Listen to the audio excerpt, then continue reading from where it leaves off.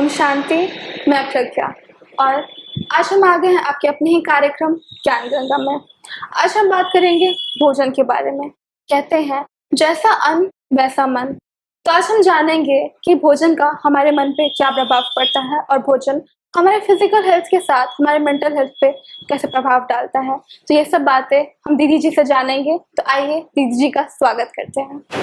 दीदी जी, आपका इस कार्यक्रम में बहुत बहुत स्वागत है। ओम शांति। तो दीदी जी, भोजन जो है हमारे मन पे कितना प्रभाव डालता है। हम भोजन मोस्टली फिजिकल हेल्थ को ठीक रखने के लिए करते हैं, लेकिन क्या ये हमारे मन पे भी प्रभाव डालता है? भोजन बनाते समय अगर मन के अंदर चिड़चिड़ापन है, लाचारी है, जबरदस्ती बना रहे हैं, मुझे क्रोध जागृत हो रहा है, फिर भी हम काम कर रहे हैं, तो खाने वाले को क्रोध जरूर आएगा। जी। उसके मन के ऊपर उसका भोजन का प्रभाव जरूर पड़ेगा। इसीलिए लोग भोजन बनाएं, इसीलिए कि भगवान को भोग लगाने के लिए बना रहे हैं, और बनाने के बाद पहले उनको भोग लगाएं हाँ जी।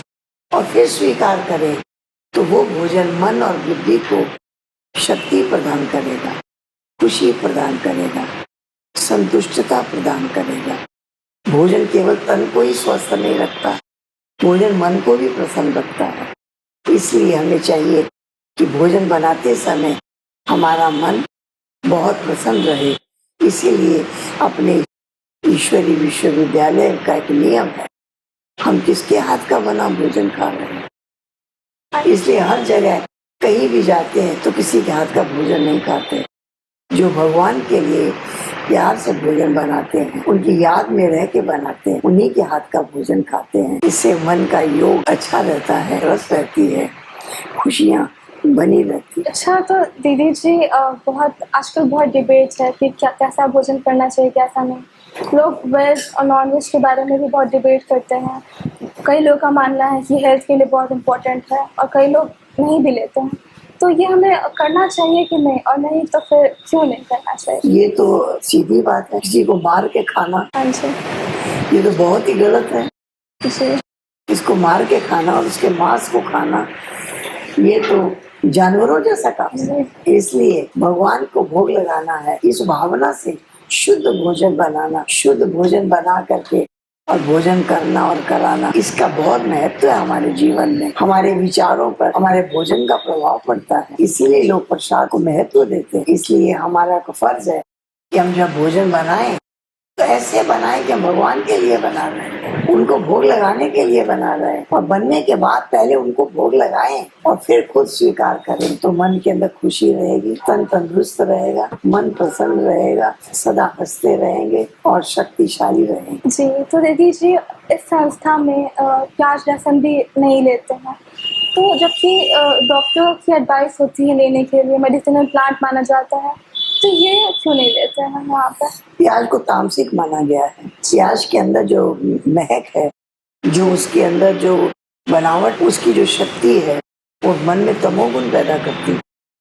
इसलिए बहुत भगवान को भोग नहीं लगाया जाता। इसलिए हमें भी प्याज खाने से मुख से भी महक आती, बदबू आती। इसलिए प्याज से परहेज करना आवश्यक है। जबकि प्याज तो उपजता ही है, लेकिन तब भी उसके अंदर इतना तामसिक वातावरण है, इतना तमोगुण है कि उसे जो भी भगवान के भक्त हैं, भगवान को याद करने वाले हैं, उनको भोग लगाने वाले हैं, वो प्याज नहीं खाते, न खिलाते।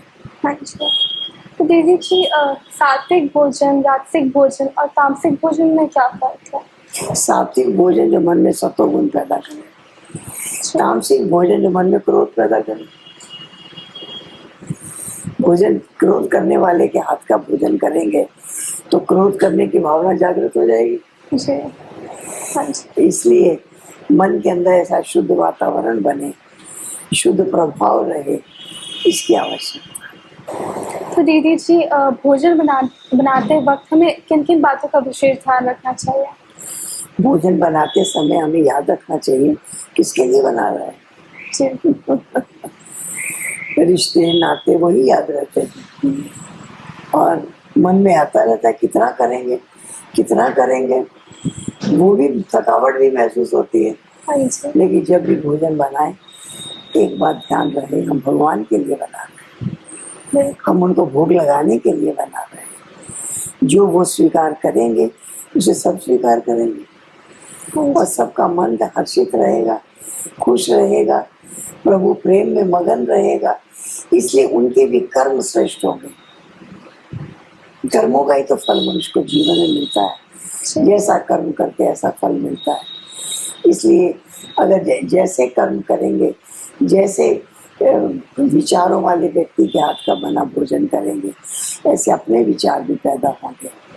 इसलिए ध्यान रखना है कि हम ईश्वर को भोग लगाने के लिए भोजन बनाएं और उनको भोग लगाकर तब स्वीकार करें, तब हमारा मन भी स्वस्थ रहेगा, प्रसन्न भी रहेगा।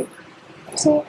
दी, कई बार ऐसा होता है कि बहुत से भाई बहनें भोजन छोड़ देते हैं, जैसे कि प्याज लहसुन और नॉनवेज ये सब, बट कुछ मेडिकल प्रॉब्लम्स की वजह से डॉक्टर एडवाइस करते हैं, बोलते हैं आपके लिए बहुत ज़रूरी हो गया है, आपको लेना पड़ेगा, तो फिर वो दोबारा स्टार्ट कर देते हैं।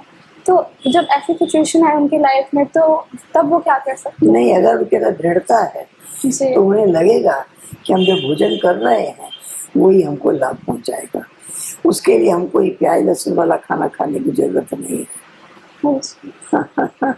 अगर दृढ़ता रहे तो, और नहीं तो मनुष्य का मन विचलित हो जाता है।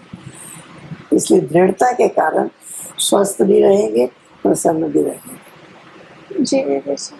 तो दीदी जी, जैसा कि आपने कहा कि अन्न का प्रभाव मन पे पड़ता है, लेकिन कई बार ऐसी भी सिचुएशंस आती हैं कि बहुत सारे लोगों को बाहर जाना पड़ता है काम के सिलसिले में, ट्रैवलिंग की जॉब होती है, ट्रैवल करते रहते हैं, तो उस समय हर समय सात्विक भोजन उपलब्ध भी नहीं होता।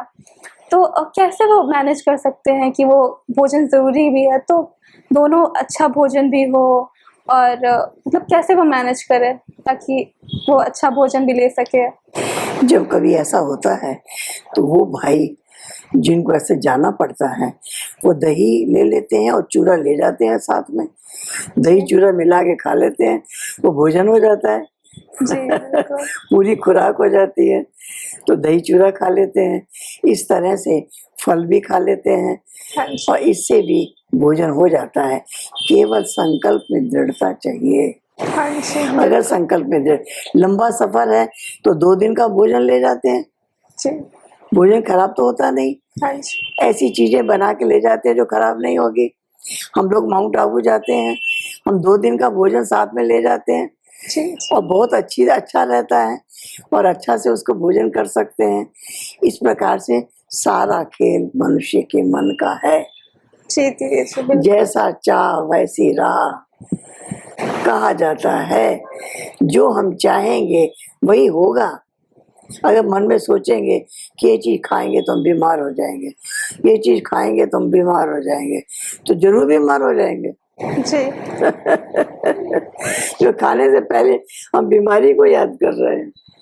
इसलिए मन का फ्रेश रहना बहुत आवश्यक है, तब भोजन का भी प्रभाव हमारे ऊपर अच्छा पड़ता है। जी दीदी जी, बिल्कुल। दीदी जी, कई भाई बहनों की समस्या रहती है कि जॉइंट फैमिली में रहते हैं वो, और वो कुमार कुमारी हैं, अकेले खुद से खाना बनाकर खाना चाहते हैं, पर लोग को पसंद नहीं आता है, वो झगड़ा होगा अगर वो खुद से बनाएंगे तो ऐसी सिचुएशन में क्या हम माँ के हाथ का खाना खा सकते हैं? क्योंकि जब कोई भी घर में ज्ञानी नहीं है, बस वो अकेले हैं, तो खा सकते हैं क्या? जरूर, माँ के हाथ का खाना खा सकते हैं, और माँ भी भगवान के प्यार में बनाएगी, और उन्हें पता है कि ये बच्चे ये तामसिक चीजें प्याज लहसुन वगैरह नहीं खाते, उसके बिना ही बनाएगी, और उनकी याद में रह के बनाएगी। तो धीरे धीरे माँ को भी ज्ञान की लगन लग जाएगी, और वो भी उस प्रकार से भोजन बनाएगी, तो ऐसे भोजन स्वीकार कर लेते हैं। हाँ जी दीदी जी। दीदी जी, आपका बहुत बहुत शुक्रिया, आपने हमें एक नया मार्गदर्शन दिया। तो दोस्तों, इसी सत्य के साथ हम मिलते हैं अगले एपिसोड में दीदी जी के साथ, एक नई बातचीत के साथ। तब तक के लिए नमस्कार, ओम शांति।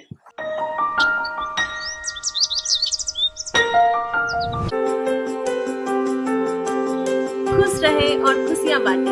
आप देख रहे हैं मधुर झनकार यूट्यूब चैनल।